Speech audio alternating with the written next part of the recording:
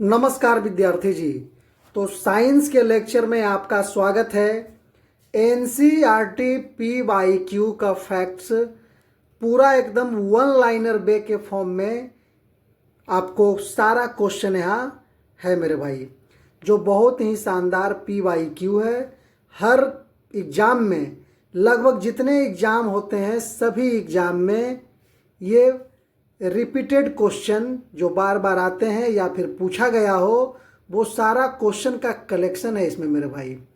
तो चलिए 248 तक तो हमने करा दिया था ये सारा क्वेश्चन।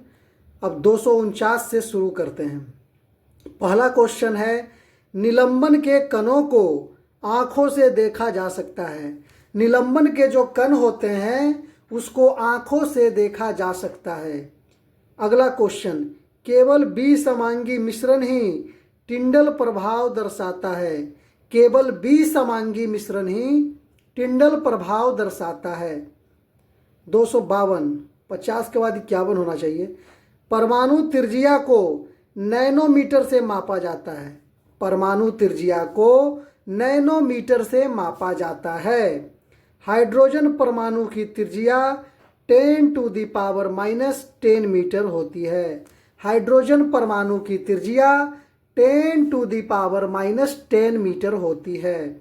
डाल्टन ऐसे प्रथम वैज्ञानिक थे जिन्होंने त्वचा के प्रतीकों का प्रयोग अत्यंत विशिष्ट अर्थ में किया। डाल्टन ऐसे प्रथम वैज्ञानिक थे जिन्होंने जिन्होंने तत्वों के प्रतीकों का प्रयोग अत्यंत विशिष्ट अर्थ में किया है। थोड़ा लाइट आने के कारण थोड़ा चमकने लगता है मेरे भाई, वही से थोड़ा दिक्कत भी होता है। जिन्होंने तत्वों के प्रतीकों का प्रयोग अत्यंत विशिष्ट अर्थ में किया था वो वैज्ञानिक जॉन डाल्टन प्रथम वैज्ञानिक थे। तत्व के प्रतीक का सुझाव सर्वप्रथम वर्जिलियस ने दिया। तत्व के प्रतीक का जो सिंबल जो आप देखते हैं, जैसे सोडियम का Na, ऑक्सीजन का O, हाइड्रोजन का H, इस तरह से तत्व के प्रतीक का सुझाव सर्वप्रथम वर्जिलियस ने दिया। एवोगाड्रो संख्या को Na से निरूपित किया जाता है। एवोगाड्रो संख्या को Na से निरूपित किया जाता है और एक एवोगाड्रो संख्या बराबर 6.022 गुने 10⁻23 होता है।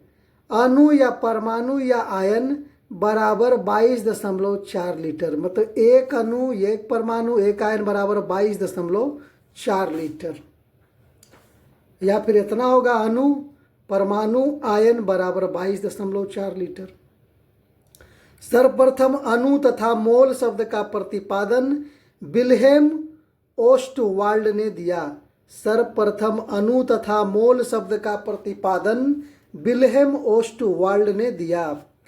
क्वेश्चन नंबर 258, परमाणु अविभाज्य न होने का प्रमाण अस्थिर विद्युत तथा विद्युत चालन की स्थिति से मिलता है। परमाणु अविभाज्य न होने का प्रमाण अस्थिर विद्युत तथा विद्युत चालन की स्थिति से मिलता है।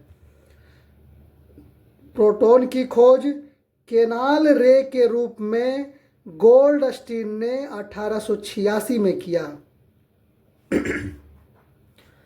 प्रोटॉन की खोज केनाल रे के रूप में गोल्डस्टीन ने 1886 में किया था, परंतु बाद में इसकी व्याख्या प्रोटॉन के रूप में रदरफोर्ड ने किया था। एक होता है ट्रिक, इत्था, ETHA, इत्था, पर नाचो, ऐसे हिंदी में इत्था पर नाचो। थोड़ा सा इसको भी हिंदी में ही लिख देते हैं।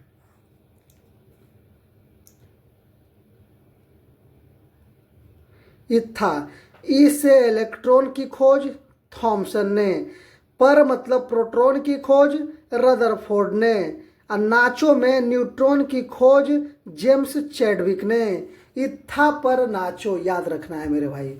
चलिए अगला क्वेश्चन है आपका 250। जे थॉमसन जे थॉमसन पहला वैज्ञानिक था जिसने परमाणु मॉडल दिया। जे थॉमसन पहला वैज्ञानिक था जिसने परमाणु मॉडल दिया। इलेक्ट्रॉन की खोज के कारण 1905 में थॉमसन को नोबेल पुरस्कार मिला। इलेक्ट्रॉन की खोज के कारण 1905 में थॉमसन को नोबेल पुरस्कार मिला। थॉमसन को नोबेल पुरस्कार कब मिला? 1905 में, इलेक्ट्रॉन की खोज में। परमाणु उदासीन है, इसके बारे में थॉमसन ने बताया। परमाणु उदासीन है, इसके बारे में थॉमसन ने बताया। रदरफोर्ड को नाभिकीय भौतिकी का जनक माना जाता है।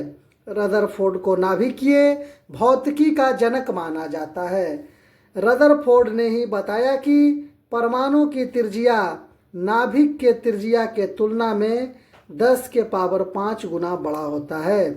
रदरफोर्ड ने ही बताया कि परमाणु की त्रिज्या नाभिक के त्रिज्या के तुलना में 10 टू द पावर 5 गुना बड़ा होता है। परमाणु की अस्थिरता की व्याख्या नील्स बोर ने किया। परमाणु की अस्थिरता की व्याख्या नील्स बोर ने किया। संयोजकता परमाणु की संयोजन शक्ति कहलाता है। संयोजकता परमाणु की संयोजन शक्ति कहलाता है। रदरफोर्ड ने परमाणु की तुलना सौर परिवार से किया। रदरफोर्ड ने परमाणु की तुलना सौर परिवार से किया। अगला क्वेश्चन, रॉबर्ट हुक ने कॉर्क से मृत तथा लुईवेनहॉक ने तालाब से जीवित कोशिका की खोज की। बहुत ही शानदार क्वेश्चन मेरे भाई। 268, रॉबर्ट हुक ने मृत कोशिका की खोज कॉर्क से करी, लेकिन लुईवेनहॉक ने तालाब से जीवित कोशिका की खोज दिया। रक्त का पंप हृदय करता है। रक्त का पंप हृदय करता है। प्लाज्मा झिल्ली, केंद्रक तथा कोशिका द्रव्य सभी कोशिका का प्रमुख अवयव है। प्लाज्मा झिल्ली, केंद्रक तथा कोशिका द्रव्य सभी कोशिका का प्रमुख अवयव है। अगला क्वेश्चन, कोशिका झिल्ली को वर्णात्मक पारगम्य झिल्ली भी कहते हैं। कोशिका झिल्ली को वर्णात्मक पारगम्य झिल्ली भी कहते हैं। अगला क्वेश्चन, जल के अणुओं की गति जब वर्णात्मक पारगम्य झिल्ली द्वारा हो तो उसे परासरण कहते हैं। जल के अणुओं की गति जब वर्णात्मक पारगम्य झिल्ली द्वारा हो तो उसे परासरण कहते हैं। अगला क्वेश्चन 273 नंबर,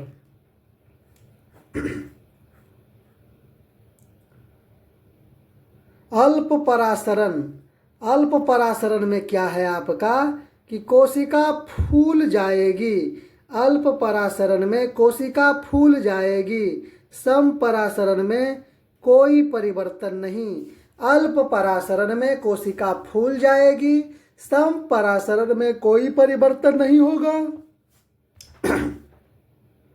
अति परासरण में कोशिका चिपक जाएगी। अति परासरण में कोशिका चिपक जाएगी। क्वेश्चन नंबर 276, एक कोशिकीय अवायवीय जीव तथा अधिकांश पादप कोशिका परासरण द्वारा जल ग्रहण करता है। एक कोशिकीय अवायवीय जीव तथा अधिकांश पादप कोशिका परासरण द्वारा जल ग्रहण करता है। क्वेश्चन नंबर 277, प्लाज्मा झिल्ली लचीली होती है जो लिपिड तथा प्रोटीन की बनी होती है। प्लाज्मा झिल्ली लचीली होती है जो लिपिड तथा प्रोटीन की बनी होती है। 278 नंबर क्वेश्चन, अमीबा तथा अनेक एक कोशिकीय जीव अपना भोजन एंडोसाइटोसिस विधि द्वारा करते हैं। अमीबा तथा अनेक एक कोशिकीय जीव अपना भोजन एंडोसाइटोसिस विधि द्वारा करते हैं। क्वेश्चन नंबर 279, कोशिका झिल्ली सहित अन्य पदार्थ का संकुचन जीव द्रव्य कुंचन कहलाता है या कुंचन कहलाता है। कोशिका झिल्ली सहित अन्य पदार्थ का संकुचन जीव द्रव्य कुंचन कहलाता है। क्वेश्चन नंबर 280, कोशिका विभाजन के समय क्रोमोसोम दिखाई देता है। बहुत ही शानदार क्वेश्चन मेरे भाई। कोशिका विभाजन के समय क्रोमोसोम दिखाई देता है। डीएनए के क्रियात्मक खंड को जीन कहते हैं। डीएनए के क्रियात्मक खंड को जीन कहते हैं। अस्पष्ट केंद्रक में केवल क्रोमैटिन पदार्थ होता है जिसे केंद्रकाय कहते हैं। अस्पष्ट केंद्रक में केवल क्रोमैटिन पदार्थ होता है जिसे केंद्रकाय कहते हैं। क्वेश्चन नंबर 283, जिस कोशिका में केंद्रक झिल्ली होती है उसे यूकैरियोटिक कहते हैं। जिस कोशिका में केंद्रक झिल्ली होती है उसे यूकैरियोटिक कहते हैं। चलिए अगला क्वेश्चन। अगला क्वेश्चन आपका है, कोशिका द्रव्य प्लस केंद्रक द्रव्य बराबर जीव द्रव्य। कोशिका द्रव्य प्लस केंद्रक द्रव्य बराबर जीव द्रव्य। यकृत विष तथा दवा को निराकरण करने में महत्वपूर्ण भूमिका निभाता है। यकृत विष तथा दवा को निराकरण करने में महत्वपूर्ण भूमिका निभाता है। ईआर में संश्लेषित पदार्थ गोल्जी उपकरण में जमा हो जाता है। ईआर में संश्लेषित पदार्थ गोल्जी उपकरण में जमा हो जाता है। लाइसोसोम में उपस्थित एंजाइम का निर्माण ईआर में होता है। लाइसोसोम में जो उपस्थित एंजाइम होते हैं उनका निर्माण ईआर में होता है। माइटोकॉन्ड्रिया कोशिका का बिजली घर होता है। माइटोकॉन्ड्रिया कोशिका का बिजली घर होता है, पावर हाउस होता है। इसमें दोहरी झिल्ली होती है। माइटोकॉन्ड्रिया में दोहरी झिल्ली होती है। क्वेश्चन नंबर 290, प्रोकैरियोटिक कोशिका में किसी भी प्रकार का झिल्ली नहीं होती है। प्रोकैरियोटिक कोशिका में किसी भी प्रकार की झिल्ली नहीं होती है। 291, प्रोकैरियोटिक कोशिका में क्रोमोसोम के स्थान पर न्यूक्लिक एसिड होता है। प्रोकैरियोटिक कोशिका में क्रोमोसोम के स्थान पर न्यूक्लिक एसिड होता है। क्वेश्चन नंबर 292, इसमें केवल राइबोसोम अंगक के रूप में होता है। किसमें? प्रोकैरियोटिक कोशिका में राइबोसोम अंगक के रूप में होता है। कोशिका के अंदर, अगला क्वेश्चन, कोशिका के अंदर विषैले पदार्थों का निराकरण चिकनी अंतर्द्रवयी जालिका द्वारा होता है। कोशिका के अंदर विषैले पदार्थों का निराकरण चिकनी अंतर्द्रवयी जालिका द्वारा होता है। 294 नंबर क्वेश्चन, गोल्जी उपकरण सरल शर्करा को जटिल शर्करा में बदलता है। गोल्जी उपकरण सरल शर्करा को जटिल शर्करा में बदलता है। क्वेश्चन नंबर 295, गोल्जी उपकरण का परीक्षण सिल्वर नाइट्रेट के साथ किया जाता है। गोल्जी उपकरण का परीक्षण सिल्वर नाइट्रेट के साथ किया जाता है। क्वेश्चन नंबर 296, रक्त ऑक्सीजन, भोजन, हार्मोन और अपशिष्ट पदार्थ का वहन करता है। रक्त ऑक्सीजन, भोजन, हार्मोन तथा अवशिष्ट पदार्थ का वहन करता है। अगला क्वेश्चन, क्वेश्चन नंबर 297, रक्त फ्लोएम तथा पेशी ऊतक का उदाहरण है। रक्त जो है फ्लोएम तथा पेशी ऊतक का उदाहरण है। विभाज्योतक ऊतक में रसधानी नहीं होती। विभाज्योतक ऊतक में रसधानी नहीं होती है। स्क्लेरेनकाइमा की भित्ति लिग्निन के कारण कठोर होता है। स्क्लेरेनकाइमा की भित्ति लिग्निन के कारण कठोर होती है। बाष्पोत्सर्जन, क्वेश्चन नंबर 300, बाष्पोत्सर्जन की क्रिया रंध्र के द्वारा होती है। बाष्पोत्सर्जन की क्रिया रंध्र के द्वारा होती है। अगला क्वेश्चन, पेरेन्काइमा भोजन का संग्रह करता है। भोजन का संग्रह कौन करता है? पेरेन्काइमा करता है। फ्लोएम रेशा को छोड़कर सभी जीवित होता है। फ्लोएम रेशा जो है को छोड़कर सभी जीवित होता है। अगला क्वेश्चन, रक्त तरल संयोजी ऊतक का एक प्रकार है। रक्त जो है तरल संयोजी ऊतक का एक प्रकार है। क्वेश्चन नंबर 304, जो भी पदार्थ शरीर में प्रवेश करता है वह एपिथीलियम की परत से अवश्य गुजरता है। जो भी पदार्थ शरीर में प्रवेश करता है वह एपिथीलियम की परत से अवश्य गुजरता है। चलिए क्वेश्चन नंबर 305, आहार नाल तथा मुंह के अस्तरसल की एपिथीलियम से ढका होता है। आहार नाल तथा मुंह के अस्तरसल की एपिथीलियम से ढका होता है। क्वेश्चन नंबर 306, जहाँ पचित भोजन का अवशोषण तथा स्राव होता है वहाँ का भीतरी स्तर स्तंभाकार एपिथीलियम से बना होता है। जहाँ पचित भोजन का अवशोषण तथा स्राव होता है वहाँ का भीतरी स्तर स्तंभाकार एपिथीलियम से बना होता है। क्वेश्चन नंबर 307, प्लाज्मा रक्त गैस शरीर के पचे हुए भोजन हार्मोन और उत्सर्जी पदार्थों का संवहन परिवहन करता है। प्लाज्मा रक्त गैस शरीर के पचे हुए भोजन हार्मोन और उत्सर्जी पदार्थ का संवहन या परिवहन करता है। एरिओलर संयोजी ऊतक अंगों के भीतर खाली स्थान को भरता है। तो अंगों के भीतर खाली स्थान को कौन भरता है? एरिओलर संयोजी ऊतक। अस्थायी ऊतक विभाज्योतक का ही एक प्रकार होता है जो विभाजन की क्षमता को खो चुका होता है। अस्थायी ऊतक जो है विभाज्योतक होता है जो विभाजन की क्षमता को खो चुका होता है। चलिए अगला क्वेश्चन मेरे भाई, अगला क्वेश्चन आपका क्या है? तने की परिधि पार्श्व विभाज्योतक के कारण बढ़ता है।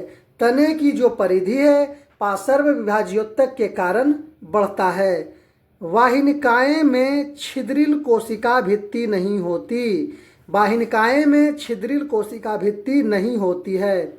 बाह्य त्वचा का कार्य प्रतिकूल परिस्थितियों से बचाव, गैसों का विनिमय, बाष्पोत्सर्जन है। बाह्य त्वचा का कार्य क्या है कि प्रतिकूल परिस्थितियों से बचाना है और गैसों के विनिमय से भी बचाना है, बाष्पोत्सर्जन से भी बचाना है। क्वेश्चन नंबर 313, पेशीय ऊतक में संकुचनशील प्रोटीन पाया जाता है। पेशीय ऊतक में संकुचनशील प्रोटीन पाया जाता है। अगला क्वेश्चन, सहचर कोशिका में परिपक्वता के समय केंद्रक लोप हो जाता है। सहचर कोशिका में परिपक्वता का मतलब बड़ा होना, यंग होना के समय केंद्रक लोप हो जाता है। मरुस्थलीय पौधा में जल ह्रास की दर में कमी क्यूटिल यानी उप त्वचा से होता है। मरुस्थलीय पौधा में जल ह्रास की दर में कमी क्यूटिल यानी उप त्वचा से होता है। कॉर्क कोशिका में सुबेरिन के कारण जल तथा गैस की पारगम्यता समाप्त हो जाती है। कॉर्क कोशिका में सुबेरिन के कारण जल तथा गैस की पारगम्यता समाप्त हो जाती है। क्वेश्चन नंबर 317, जिम्नोस्पर्म में जल संवहन ऊतक वाहिनिका में पाया जाता है। जिम्नोस्पर्म में जल संवहन ऊतक वाहिनिका में पाया जाता है। अगला क्वेश्चन 318, अरस्तु ने जीवों का वर्गीकरण उनके स्थान जल एवं वायु में रहने के आधार पर किया था। अरस्तु ने जीवों का वर्गीकरण उनके स्थल जल एवं वायु में रहने का आधार पर किया था कि ये कौन कहाँ सुटेबल है, उसके आधार पर अरस्तु ने जीवों का वर्गीकरण किया था। तो चलिए आज भर के लिए इतना ही। वीडियो कैसा लगा ये कमेंट सेक्शन में ज़रूर बताइएगा मेरे भाई। और किस किस चीज़ की क्लास आपको चाहिए ये भी कमेंट सेक्शन में ज़रूर लिखिएगा। धन्यवाद।